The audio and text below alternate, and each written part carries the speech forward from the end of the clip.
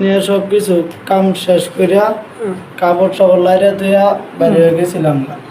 যে পরে হঠাৎ করে মনে হইলো যে সুরতল কবি ধুয়ে বসে টেবিলের উপরে সুরতল কবি আনতে যায় রে। ও কেমনে চাবি কার কাছ থেকে আনছো? চাবি আনছিলাম তুই ভাইয়ের মার কাছ থেকে। আমি এই কাজটা করছি। আচ্ছা শুনে কি করছো শুনে? আমি রেপ করছি। সাথে কেউ ছিল না স্যার। ওই যে ড্রাইভার ছিল না। আমাকে তোমরা ক্ষমা করে দিও। আমার মৃত্যুর জন্য নিজের দুর্ভাগ্য দায়ী।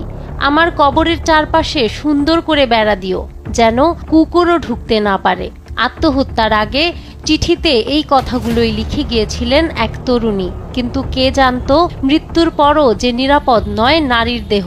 কবরে যাওয়ার আগেই লাঞ্ছিত হতে হলো তার মরদেহকে। মঙ্গলবার দুপুরে ময়মনসিংহ মেডিকেল কলেজ হাসপাতালের মর্গে ২০ বছরের এক তরুণীর মরদেহ ধর্ষণের মতো একটি ঘৃণ্য ঘটনা ঘটে। অভিযুক্ত ১৯ বছর বয়সী যুবক আবু সাইদ পেশায় ডোম। তিনি মরদেহ পরিবহনের কাজ করতেন হালুয়াঘাট থানায়।